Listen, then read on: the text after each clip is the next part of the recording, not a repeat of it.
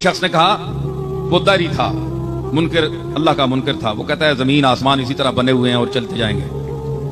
اس نے کہا کہ ہر مجعول کے لیے جائل کا ہونا ضروری ہے، ہر مخلوق کے لیے خالق کا ہونا ضروری ہے، ہر مصنوع کے لیے صانع کا ہونا ضروری ہے۔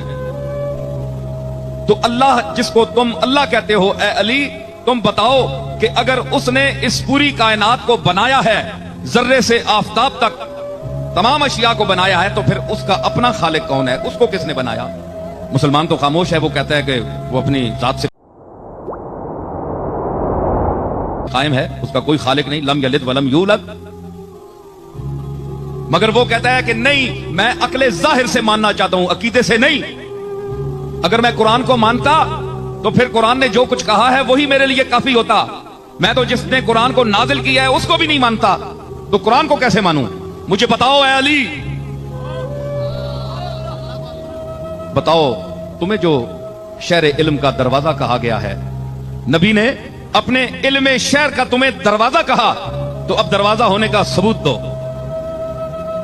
فرمایا مولا کائنات بولے، فرمایا نہیں مانتا کہ ہر بنانے والے کے لیے ایک بنانے والا، پھر اس کا بنانے والا، پھر اس کا بنانے والا، یہ تو دور و تسلسل ہے، یہ محال عقلی ہے، یہ تو ہو ہی نہیں سکتا، اس کی تو پھر کہیں رکاوٹ ہی نہیں، پھر اس کا بنانے والا، پھر اس کا، پھر اس کا، پھر اس کا، یہ ساری عمر تسبیح پڑھتے رہو، یہ تو محالات عقلیہ سے ہے۔ اس نے کہا نہیں، مجھے سمجھاؤ، بات سمجھاؤ۔ فرمایا گنتی آتی ہے، سنو علی کی ہے علم کی بات، فرمایا گنتی آتی ہے جی، 1 2 3 4 5 6 گنی نا؟ فرمایا الٹے گنو۔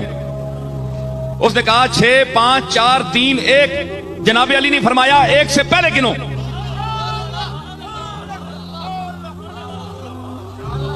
بھائی آگے تو جا رہے ہو نا، 1 2 3 4 5 ہزاروں تک، لاکھوں تک، پیچھے گنو۔